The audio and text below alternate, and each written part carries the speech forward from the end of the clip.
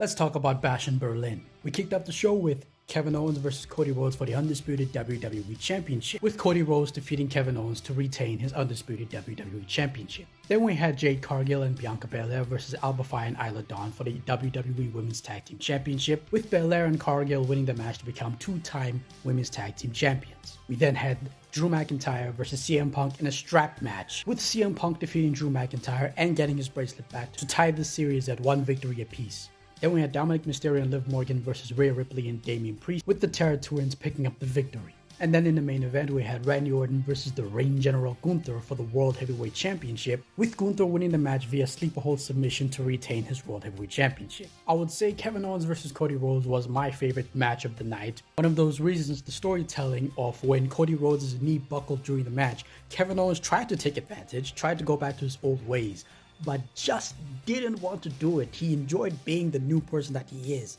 And because of those hesitations, Cody Rhodes took advantage to retain the championship. You could see in Kevin's face that he wasn't really happy that he lost.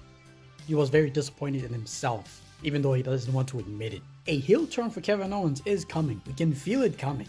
But I was glad that it didn't happen tonight. Let's be honest. These two are the only legitimate reason as to why the Women's Tag Team Championship was even on a PLE match to begin with.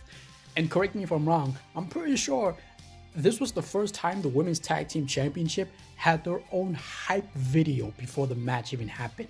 Do I think these two are going to break up eventually? Maybe.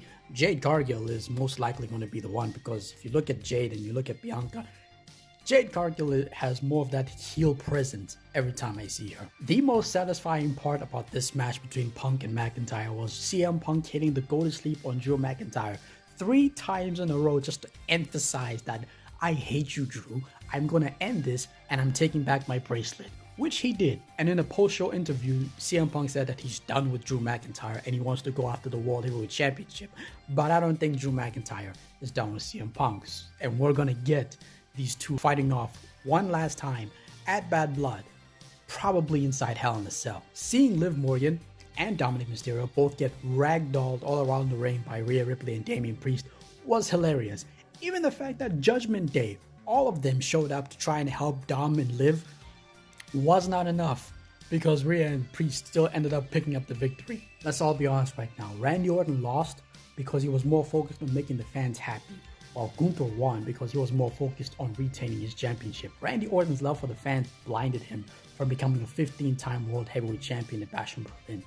Overall, Bash in Berlin was a pretty solid PLE, and I got, once again, all my predictions right. That is 2 PLEs in a row that I've gotten all my predictions right. That's a first.